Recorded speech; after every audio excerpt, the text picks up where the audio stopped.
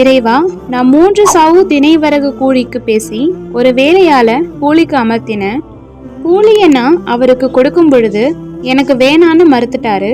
அந்த திணைய நான் பயிர் செய்தேன்.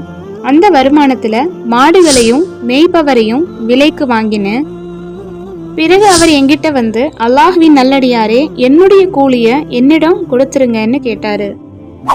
இந்த மாடுகளும் அது மேய்ப்பவரும் உமக்குரியவைதான் அப்படின்னு நான் சொன்னேன்.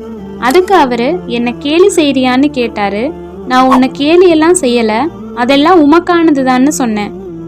இறைவா, உன்னுடைய திருப்பொருத்தத்தை நாடி இதை நான் செஞ்சிருந்தேன்னு நீ நினைச்சா இந்த சிரமத்தை எங்க கிட்ட இருந்து நீக்கிறேன்னு துவா செஞ்சதும் முழுமையாக அந்த சிரமம் அவங்கள விட்டு நீங்கிருச்சு. அந்த 3 மனிதர்களும் அந்த குகைக்குள்ள இருந்து வெளியே வந்துட்டாங்க.